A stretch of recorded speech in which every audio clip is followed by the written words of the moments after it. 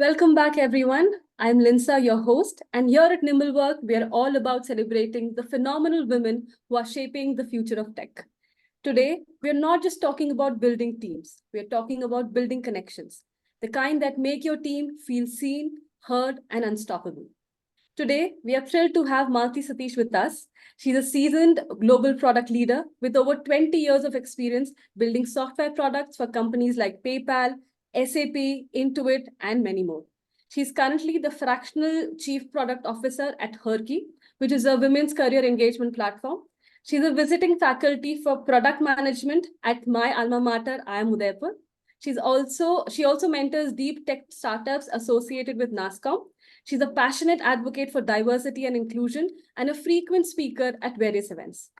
Recently, she was also awarded Women Leader of the Year for Product Management by Gain Skills India. So thank you so much, Professor, for joining us today.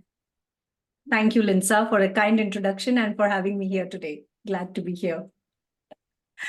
So before we begin our discussion, I want to encourage active participation from everyone. Your questions, thoughts, and perspectives are invaluable, so please don't hesitate to share them throughout the session. Also, a quick reminder, the views shared today are based on our personal experiences and perspectives. Diversity of thought is to be welcomed and celebrated. So let's start with today's topic, leading with emotional intelligence, building strong relationships and effective communication. So Professor, let's start with actually defining emotional intelligence. What is it and what does emotional intelligence mean in the context of leadership, particularly for women in the workplace?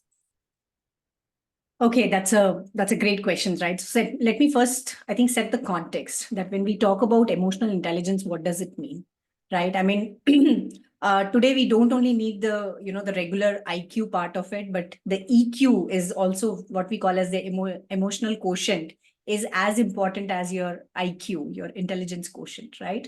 Any job, any role that you do, because eventually we are all working with people. So emotional intelligence basically is that how does one manages their own emotions at work? Because all the companies these days encourage get your complete self to the work, right?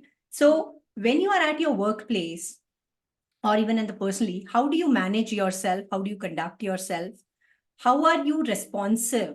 How do you understand others' emotions, right? That is another very important piece. And especially whether it is at a workplace setup, whether it is as a social setup, how do you kind of apply that emotional intelligence or sensibilities in that social setup, right? So that's what largely emotional intelligence means. So if I have to just break it up into a few pieces, I would say it starts with self-awareness. How am I aware, about my own strengths, about my own biases, about my own motivations or weaknesses, right? Because any journey actually starts with you, with ourselves, right? So I would, then the second step over there is that now that I understand when I am at work, for example, how do I regulate myself, right? I mean, all of us have a kind of I would say, an image. Like when I'm thinking about Linsa, there is a certain image that comes into my mind.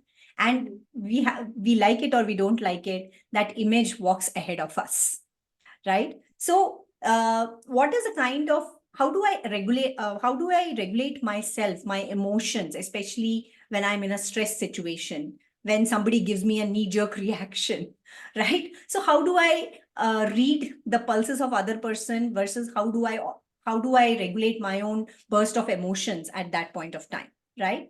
And the third part, which I spoke about, is the social awareness. That means when I'm sitting in a team meeting, how do I get the group dynamics? How do I get the social cues of that, right? So largely these are and that all translates in collaboration, your leadership skills, your relationship management. So largely this is what emotional intelligence comes into.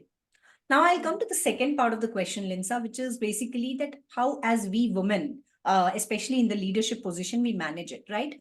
I think irrespective of women or men, I think one of the very important aspect is that at a leadership level, you have to manage your leaders, your own leaders. You have to manage your team. You have to manage a larger set of your peer groups, right?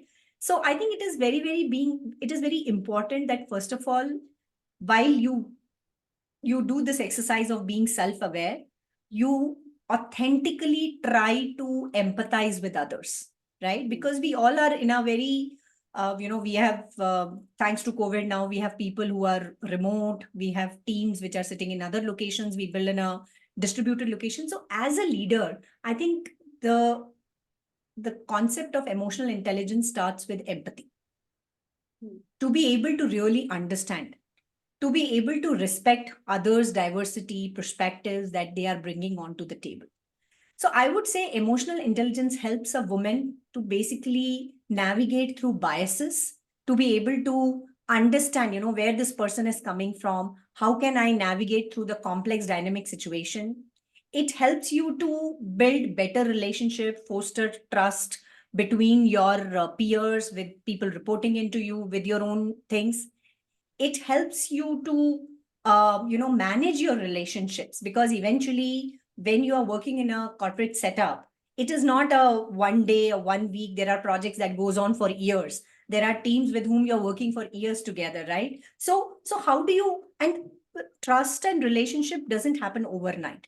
So it is very, very important that you practice these emotional intelligence. I mean, the whole paradigm that I spoke about, to continuously build that. So as a woman leader, I would say it helps me a lot to kind of build long-term relationships with my team, to manage conflicts, to be able to have a very, very effective collaborations with my team, to be able to navigate through biases. So those are some of the things that emotional intelligence women need to apply on a day-to-day basis, especially in a leadership level. Right. So I was reading an article by HBR, and in that article, there was a study. In that study, it showed that 95% people think that they are self-aware, but actually it was just 10 to 15% of people actually knowing what their strengths are, what their needs are, and what value that they can provide to the team. And in the same report, it also stated that in a team where people who are not aware of their of our people who are not self-aware, their team success just cuts to half. So I think actually whatever you said was key to bring out the best in others. I think it's very, very important to know ourselves better so that we are able to actually help others to bring out their best. Absolutely. Very, very well said. Absolutely. So my second question. We often hear about the need for a shift in leadership styles. How do you believe emotional intelligence plays a role in challenging traditional leadership paradigms and promoting inclusive leadership? Okay.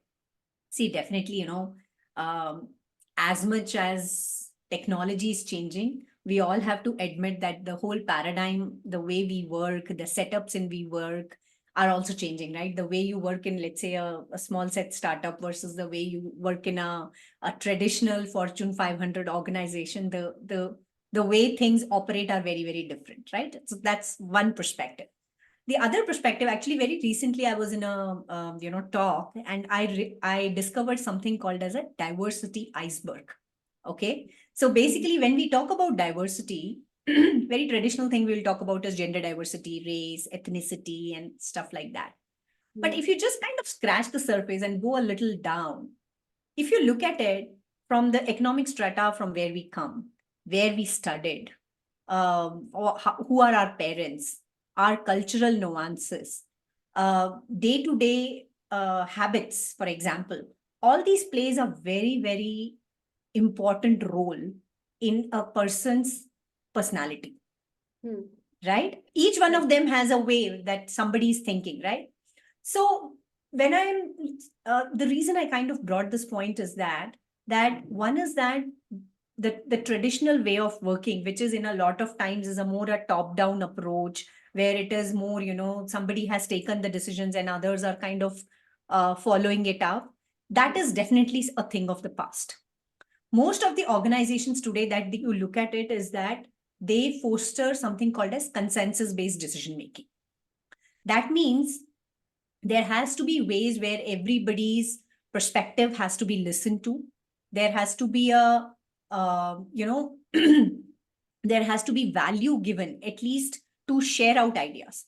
So if you say that what are the different ways emotional intelligence can be applied, I think I will go back to the first point that the most important aspect here is that we need to build a culture where we are respecting inclusivity and diversity, right? I think that's the first point from where I will start.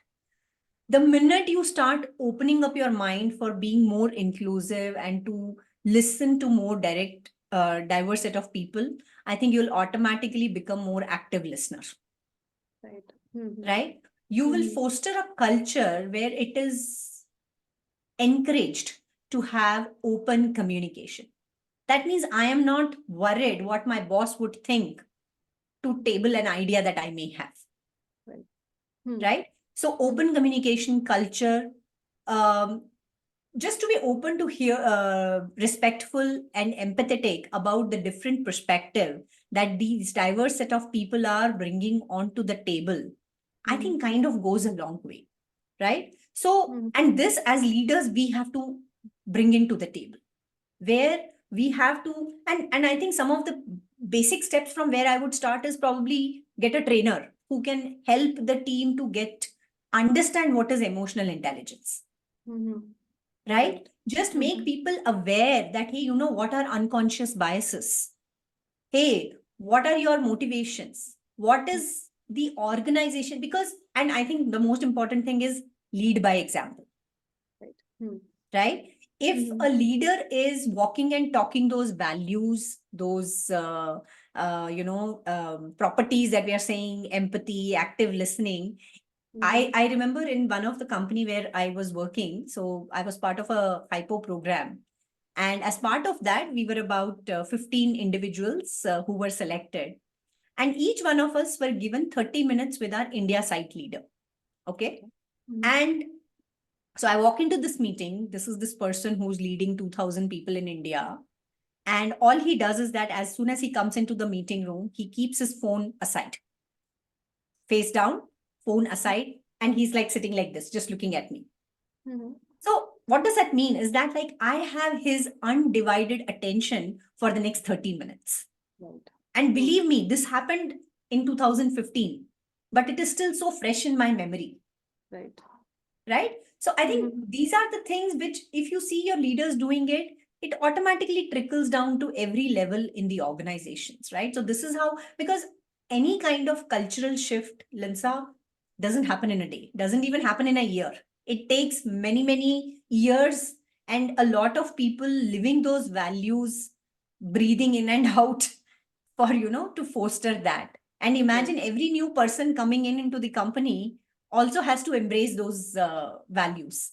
Right. So it takes a lot. And that those would be some different things where I would say an organization can go into a culture of embracing emotional intelligence, EI, in order to bring a more inclusive and very, very open to diverse set of people.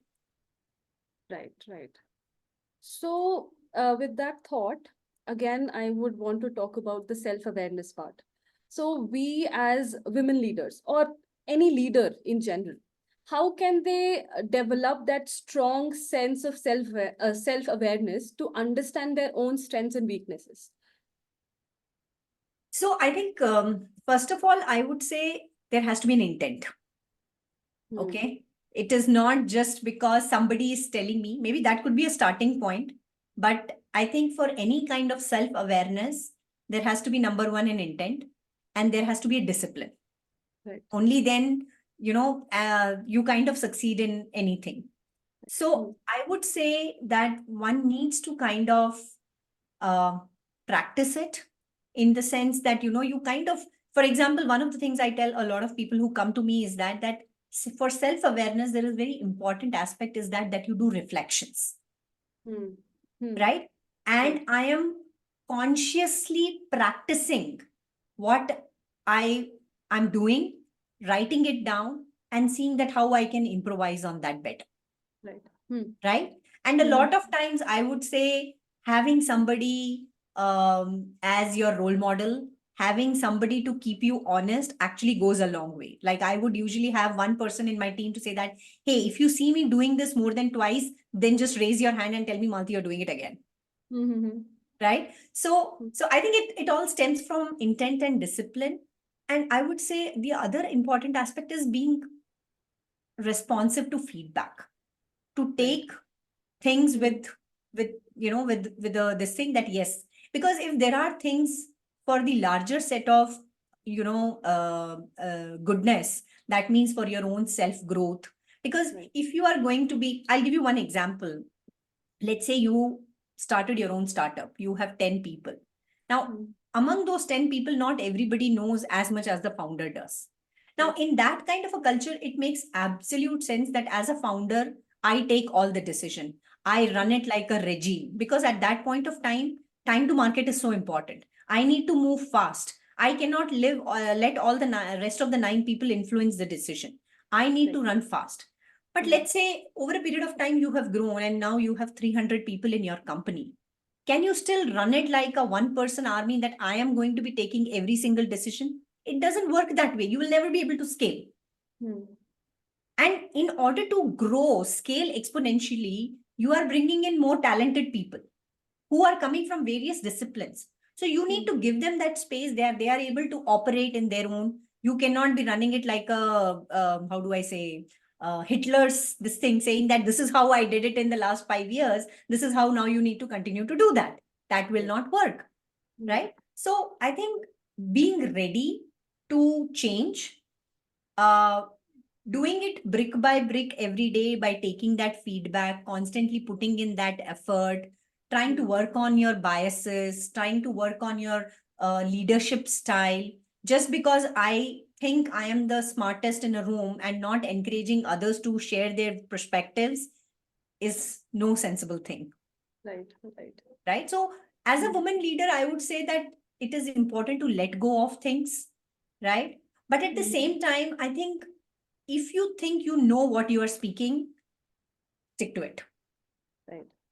Right. So Mhm. those would be some of the things that I would say somebody to stay self-aware and to stay on course of being sensitive to everybody else are some of the things one can do.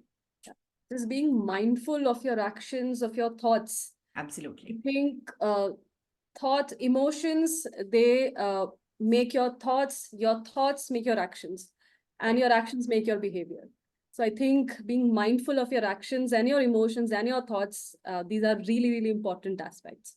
Yeah. Especially imagine if you're delivering a project in a very short timeline, right? I mean, you as a leader need to practice, as you said, mindfulness, so that your team remains very motivated, because it's a team activity. You cannot be running that race all alone, right? So you need to be able to manage and self-regulate your emotions so that your team remains motivated and they are able to reach the end.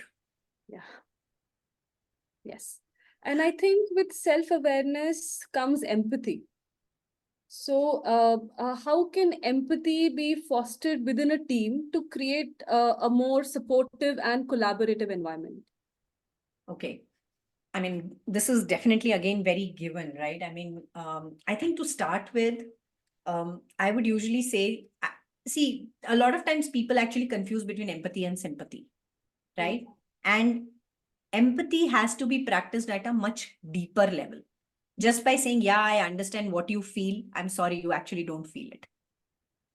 Right. Right? So I think sometimes what helps, some of the things that I have seen is that uh, training, I think that is something definitely a good starting point, because then people, they tell you techniques, that what are the different set of things that you do in order to develop that empathy.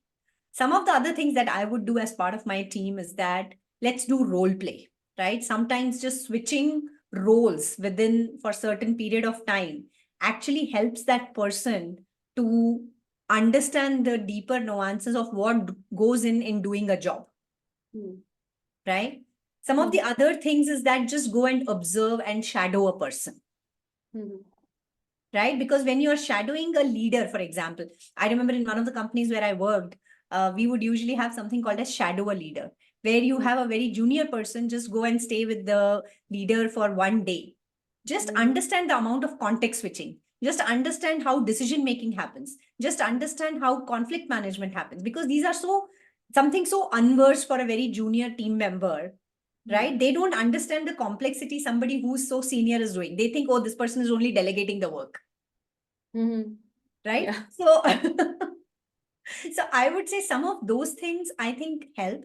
The other thing which I would also say is that having those very open conversations, and it is okay to be vulnerable, because unless you speak, unless you foster that culture of open communication, you seek help from somebody junior to you or some other team member who come from a very diverse background, that person will probably never know that how are you taking decisions, what is keeping you awake. I in fact remember one of my manager told me that if you want to grow in your career, one thing you should always ask your leaders is that what keeps you awake in the night. Yeah, because you don't know what are their worries, right? So I would say these should be some of the things. And of course, for example, I build products day in and day out, right? I think just being forgiving to people and observing them, asking them questions, that instead of saying that you did not do it, can I say, how can I help? Right. Right? Because if you go in a more offensive way, the person is obviously going to be more defensive. Right? Yeah. So that is thing. And I think the whole aspect, Linsa, of fostering a very, very risk-taking culture. It is okay to fail. It is okay to share any kind of ideas. I mean, I would say these are different things that different levels, and this has to be at every level, right? I mean, it is not something that only my development team is going to do. I would say, even in fact, doing a lot of cross-pollination, right? For example, I'll give you another example in the spirit of it. So we were a bunch of product managers, and we had one fantastic quality manager. Okay. He knew much more than any of my product managers, just because he had spent a good amount of time on that product. Okay. Now we realized that our product team was brand new. There were a lot of people who did not come from that domain. So one way to basically step up our product team was to get somebody who understands the domain like anything. Right. Because everybody else had the craft and everything. So I offered this person, why don't you come and join our team? And this person, customer empathy was at another level. He was a quality manager for 3-4 years in the same product. So he understood the product like anything. And you will not believe, in the next 3 months, the learning curve, which looked so steep for the rest of the team, everybody was much more comfortable with the product, with the understood the customer nuances, because we did so many brown bag sessions, we did so many info sessions. He would take us to, through the scripts that over the years that he had captured, which customers said what. He came up with so many anecdotes that, hearing those things firsthand was so informative. For 6 months, he worked as a product manager in our team. Then he said, sorry, I'm not enjoying it. He went back to his job. But he did wonders for my team. Right. So I think those are different things. Contextual, I mean, since I come from product, I'm talking more product examples. But yeah, I would say these are different things that companies, leaders can do in order to develop empathy within their teams. Right. So with what you said, so I had a similar experience because I do not come from an IT background. So it was very difficult for me to actually understand the whole nuances of how the IT world works. But then thankfully, I had good people around me who made it a point to sit with me, to make me understand even now, I am almost a year in the company. Still, whenever I have a question, even the most serious of the question would be answered in a way that would make me comfortable to ask them. And I am learning so much daily. So yeah, absolutely agree with what you're saying. Yeah. And it's like kind of, going from strength to strength. When you feel when you are not put in a square to not know something, when you are encouraged to ask questions, that is a very, very positive mindset culture is what I would say. Right. Yes, and one thing, so I read it somewhere that empathy is not agreeing with someone; it's just understanding. Right. So when a person is required to be empathetic, it does not mean that you have to agree with whatever they are saying. It's just understanding what the person might be facing. So That's right. See, again, I mean, you need to understand, right? I mean, a person doesn't operate in just a physical world. There are so many things that influences a person's way of thinking, which could be the emotional aspect, their support system, their culture. So that is why when we say empathy means you have to look at the entire picture in a holistic way, right? To understand the conditions in which that person works, the condition in which the person makes that decision, right? So sometimes you have to kind of probably go back a little bit in the history to understand why a person does what he does, right? So I think that all comes as a parcel and package of empathy. right. So the final question, and that final question is about conflict management. So Okay. how can emotional intelligence be used to effectively manage conflict within a team? Absolutely. See, again, if I go back to the point that I was making earlier, right? Typically, when you look at a team structure, a team comprises of people who come from very diverse background. People have different motivations, different strengths, different weaknesses, different leadership styles, thinking styles, delivery styles, right? So, where emotional intelligence helps is that since you're kind of you're focusing on relationship management, I think it kind of enables you to understand and get social cues, in a setup with that person. Some different people have different way of communicating. So being empathetic towards them, since you have an understanding of what that person feels or says, or what is that person's style, number one, it helps you to kind of understand what bothers that customer. What bothers that person? What is that person's aspiration? Why are they saying what they are saying? Getting a perspective, right? That is very important. So I would say, given that you have a larger understanding of these things in any kind of decision making, especially in conflict management, it is never a win or a loss.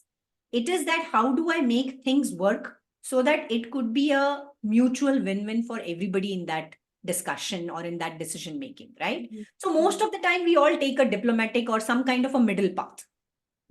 And sometimes there are things when we probably have to go into a spectrum.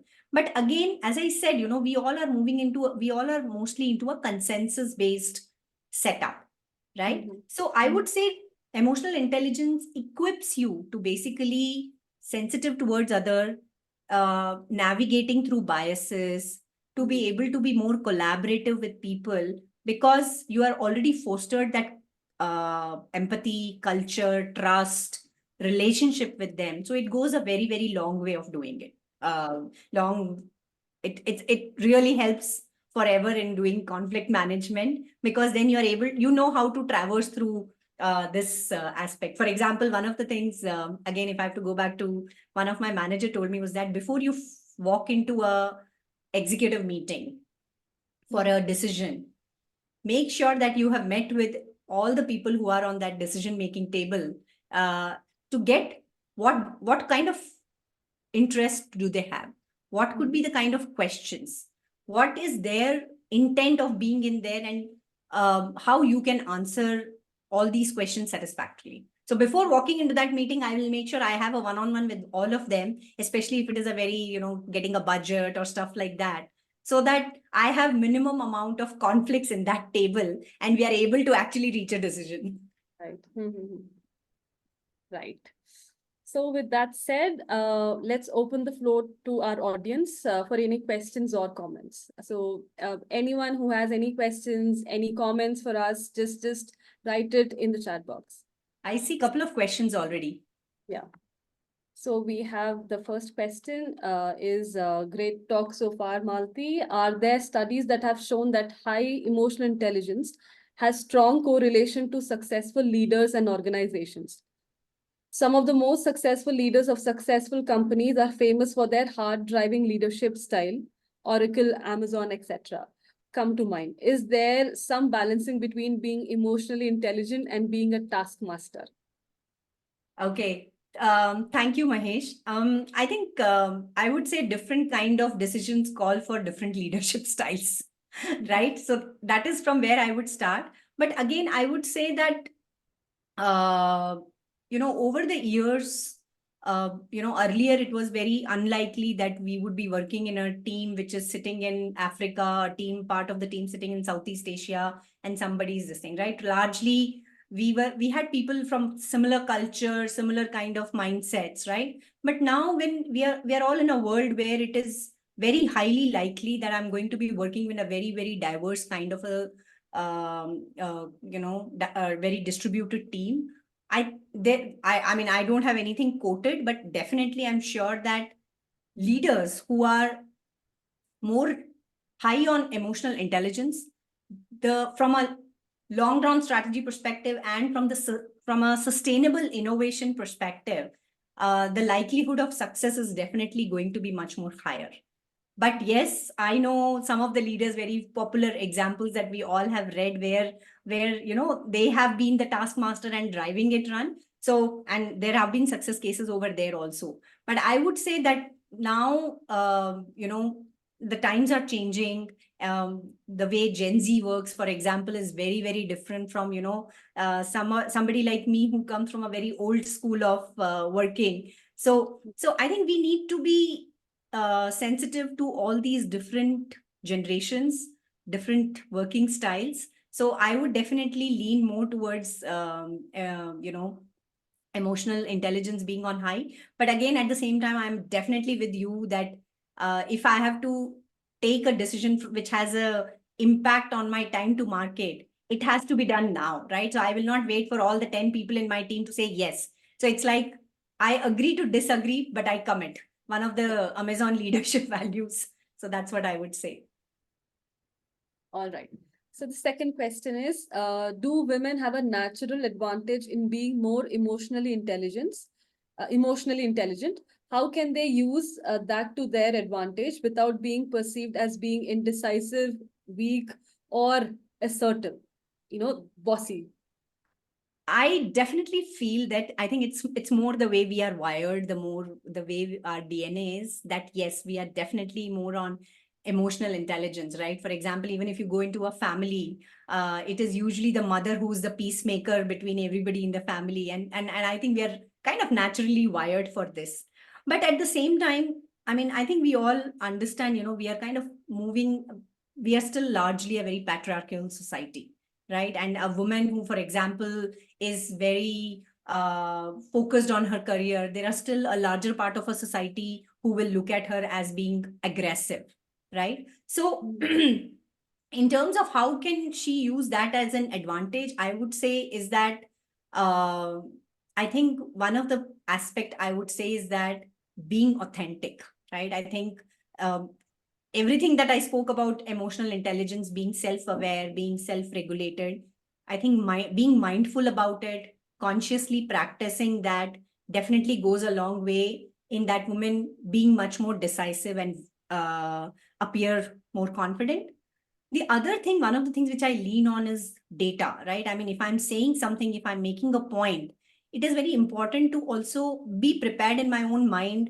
What are the kind of arguments? What are the kind of supportive data points that I can table, right? I think that goes a long way in giving more confidence, being it more relevant and reliable in terms of that. And I would say not only on other women, but as a woman, I think we also lean on our male allies to kind of, create that culture where it is more acceptable, it is more not natural to have a woman leader and come and talk about it and celebrate diversity. I would say some of those things, if organizations can also come up with, help with, I think we will less of these kind of questions, and woman can be, much more decisive and confident. All right. So any more questions, anyone?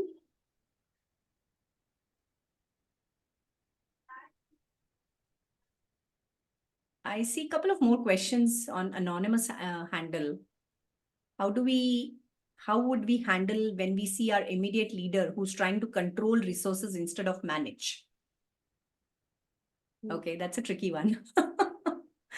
Okay, so see, I'm just reading the question. How would we handle if we see our immediate leader? So I think the one of the most important thing I would say would be to have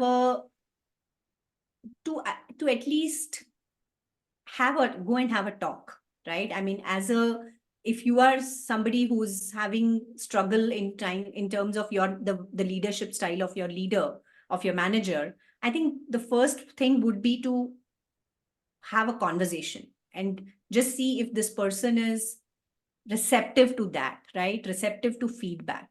So the first thing would be to basically to try to have an open conversation, to try to have a communication, whatever way works.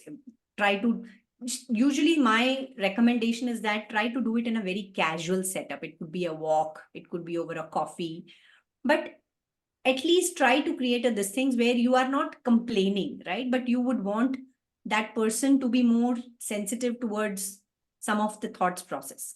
But yes, you need to be kind of played by the ear in terms of how open that person is to your feedback. If you don't think through emails, through chat, through conversations, if it is not happening, then I think it is absolutely okay sometimes to reach out to your skip levels, or sometimes reach out to your manager's peers, in confidence. Obviously, it's not that you are kind of complaining, but just to figure out that, how do we make this work? Because you and your manager are trying to achieve a common goal, right? So what is bothering you? Go with suggestions. One thing which I always tell people is that don't go with problem only.